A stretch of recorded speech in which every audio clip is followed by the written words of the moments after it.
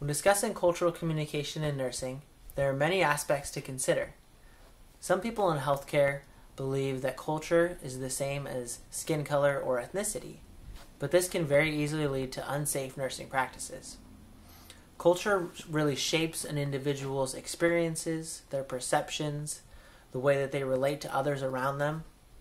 And understanding a person's cultural views is critical for nurses because it influences the way the patients respond to our treatments and our interventions. A few specific areas that I was able to research were the different cultural views and traditions surrounding birth, as well as the different rituals surrounding death.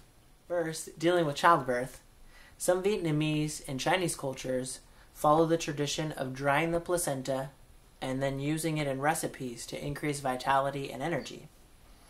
As a nurse, you may have a patient who's from a Hawaiian culture, and that person may ask to bring home the placenta, where then they will personally wash it, and then they will bury it underneath a tree, and then following that they will perform a spiritual ritual.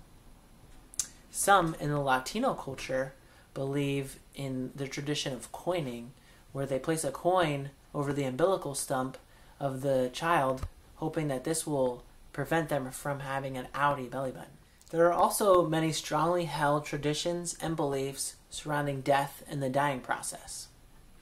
You might encounter a Buddhist patient who views death as an opportunity for improvement in the next life. And so their belief is that if they surround themselves with monks or loved ones, that this will improve their opportunity to reborn to a higher level in the next life.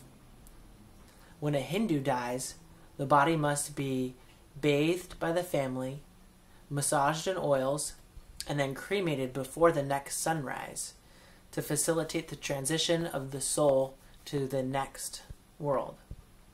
In Islamic faith, the body of the dead must be facing Mecca, covered, and then prayed over. When a person of Jewish faith dies, their eyes are closed, the body is laid down on the floor, candles are lit. The body is never left alone. As we can see, patients' cultural beliefs and values vary widely, and we as nurses may not be familiar or comfortable with them.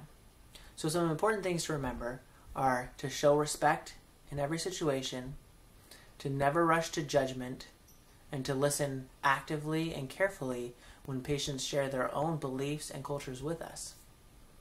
Simply overcoming language barriers and having a basic understanding of cultures is not enough to successfully navigate the needs of the diverse patients that we see in healthcare. We as nurses need to be sensitive to the patient's and family's values, not necessarily to the dominant cultural values. The most important thing to remember is to individualize care with each patient that we see